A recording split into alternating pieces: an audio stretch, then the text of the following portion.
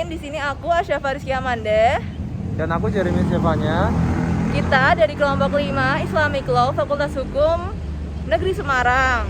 Di sini kita lagi Berada di Pengadilan Agama Wonosobo.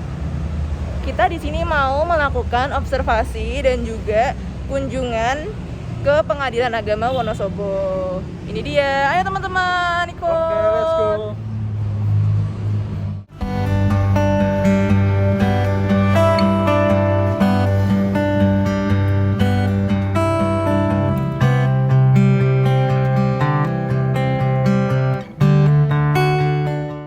Untuk pertanyaan pertama, bagaimana struktur organisasi dari peradilan agama itu sendiri, Bapak? Ya, terima kasih mahasiswa ya. Itu ya, jadi ini Mahkamah Agung, Pengadilan Tinggi Agama, terus Pengadilan Agama tingkat kabupaten. Mudahnya kayak tingkat kabupaten kota. Itu strukturnya. Nah, struktur Pengadilan Agama sendiri terdiri dari paling atas ketua, gitu. Terus wakil ketua. Nah, ketua dan wakil ketua pasti hakim, gitu. Nah, terus maaf istilahnya secara detail dibantu oleh para hakim. Istilahnya ada hakim, gitu. Kemudian di bawahnya secara strukturalnya adalah ketua, wakil ketua, di bawahnya sekretaris dan panitera. Nah, ada dua. Panitera menangani bidang administrasi perkara. Nah, perkara yang namanya adalah bidang kepaniteraan, makanya dipimpin oleh panitera. Terus bidang kesehatan supporting unit namanya adalah dipimpin oleh kesekretariatan, yakni Pak Sekretaris. Nanti kepaniteraan dan kesekretariatan. Berarti panitera dan sekretaris. Nah, masing-masing punya bawahan. Kalau panitera mempunyai namanya panitera muda. Nah, panitera muda ada 3, panitera muda hukum, panitera muda gugatan, panitera muda permohonan, ya toh? Itu. Terus sekretaris mempunyai 3 bawahan. Itu namanya Kasubag umum dan keuangan, ya toh? Kasubag kepegawaian dan ortala, dan Kasubag IT dan perencanaan. Nah, ada 3 itu. Ya. Nah, itu dalam hal struktur ya. Terus dalam menangani bidang yudisial perkara, ya toh, itu dilaksanakan oleh hakim, oleh teknik justisial. Teknik justisial itu ada 3 kelompok. Hakim, ya toh, panitera pengganti mudahnya, ya toh, terus jurusita pengganti. Nah, ada 3. Apa tugasnya? Hakim menyidangkan, di dalam ruangan dibantu panitera pengganti, gitu. Di luar persidangan dibantu oleh jurusita pengganti, gitu. Nah, panitera muda hukum itu juga pasti panitera pengganti. Nah, gitu. Paham ya? Terus sana ke kesekretariatan itu bagian umum supporting unit saja. Dalam arti ya mungkin tentang rumah tangga, kantor, gitu, gaji, itu maksudnya gedung, itu yang menangani ada sana. Yang menangani perkara adalah hakim dan kepaniteraan tadi semua. Nah, terus tentu yang pamut tadi punya bawahan lagi yang menangani administrasi, gitu, administrasi perkara, gitu. Dari penerimaan perkara itu ada administrasinya sampai ke masuk sidang, gitu. Dari perkara masuk sampai ke masuk sidang itu ada penanganan perkara. Ibaratnya bisa dikatakan 3 meja, gitu. Meja 1 adalah penerimaan, gitu, pendaftaran, kasir, meja 1. Meja 2 adalah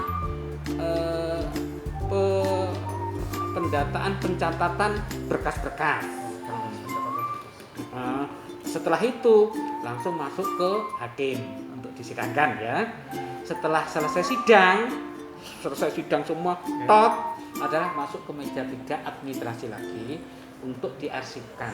Nah, itu bahasa mudahnya gitu. untuk pertanyaan kedua, apa saja tugas pokok hakim dan panitera yang berbeda? Ya, ini ya, ini saya anggap hakim, kemudian panitera itu yang dimaksud adalah panitera pengganti. Andekan panitera, ya hakim dulu. Hakim adalah tusi pokok pengadilan agama, mudahnya adalah dilaksanakan oleh hakim. Tusi pokok loh ya, yakni mengadili, yang menerima tadi kan administrasi ya, mengadili, menyelesaikan perkara, ibaratnya perkara itu intinya itu ya, tusi pokok. Kemudian dibantu oleh panitera pengganti ya, panitera pengganti. Hakim ibaratnya kan wawancara dengan para pihak, yang menulis adalah panitera pengganti. Dari hasil tulisan berita acara tadi diserahkan hakim lagi untuk bikin putusan. Itu untuk bikin putusan. Hingga kalau nomor 2 itu apa tugas hakim dan panitera, mudahnya saya anggap yang saya katakan itu adalah tugas hakim dan panitera pengganti. Nanti kalau panitera lain lagi. Panitera pengganti dengan panitera itu lain. Kalau panitera itu adalah atasannya panitera pengganti semua. Itu ya maksudnya ya. Jadi tugas pokok hakim menyidangkan tadi ya. Terus panitera garis miring panitera pengganti adalah membantu persidangan hakim di dalam ruangan, di dalam ruang sidang. Iya. Kalau yang di luar sidang tadi adalah jurusita pengganti. Baik Bapak, saya akan bertanya, apa saja jenis-jenis perkara yang biasanya ditangani? Untuk perkara yang kita tangani di Pengadilan Agama Wonosobo itu sebanyak 29 perkara. Itu banyak sekali. Nanti bisa kita ada di situ, ada poligami, ada masalah sekitar rumah tangga, perdata. Yang sekarang lagi menjadi beban utama adalah ekonomi syariah. Pada masa pandemi COVID-19, perkara yang banyak ditangani oleh Pengadilan Agama Wonosobo adalah dispen nikah dan perceraian. Dispen nikah dilakukan saat umur dari orang yang ingin menikah masih berada di bawah umur dari apa yang ditetapkan oleh undang-undang. Saat ini, Undang-Undang Nomor 16 Tahun 2019 tentang perkawinan, pasal 7 ayat 1 menyebutkan usia boleh menikah untuk laki-laki dan perempuan adalah sama, yaitu 19 tahun. Sedangkan sebelumnya di dalam Undang-Undang Nomor 1 Tahun 1974, pasal 7 ayat 1 menyebutkan umur yang ditetapkan untuk perempuan adalah 16 tahun, sedangkan untuk laki-laki adalah umur 19 tahun. Faktor utama atas kenaikan dispen nikah ini adalah menumpuknya rasa bosan saat melakukan sekolah daring. Proses sekolah daring yang tidak berlangsung lama membuat anak-anak menjalani kegiatan lain di luar sekolah yang menuju ke arah negatif, sehingga kasus dispen nikah pada anak sekolah menjadi tinggi.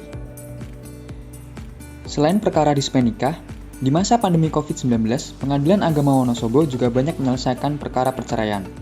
Perceraian di masa pandemi utamanya disebabkan oleh perekonomian. Menurunnya pendapatan, sedangkan kebutuhan akan rumah tangga semakin meningkat, membuat banyak orang ingin menyelesaikan masalah pernikahan dengan bercerai. Menariknya adalah, perkara perceraian pada masa pandemi mengalami penurunan, dibanding dengan kasus dari 3 tahun kebelakang.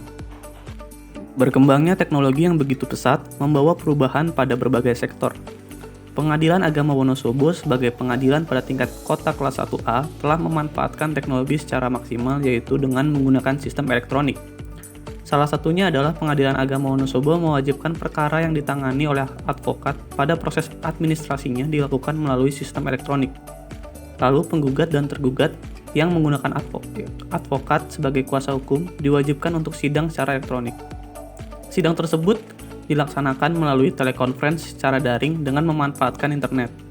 Selain itu, Pengadilan Agama Wonosobo juga telah memanfaatkan email untuk melakukan pemanggilan. Inovasi lain yang dilakukan oleh Pengadilan Agama Wonosobo adalah menggunakan aplikasi dari Dirjen Badilak yang berjumlah 11 dan juga aplikasi dari Pengadilan Agama Wonosobo sendiri. Kesemua aplikasi tersebut ditujukan sebagai penunjang administrasi secara cepat.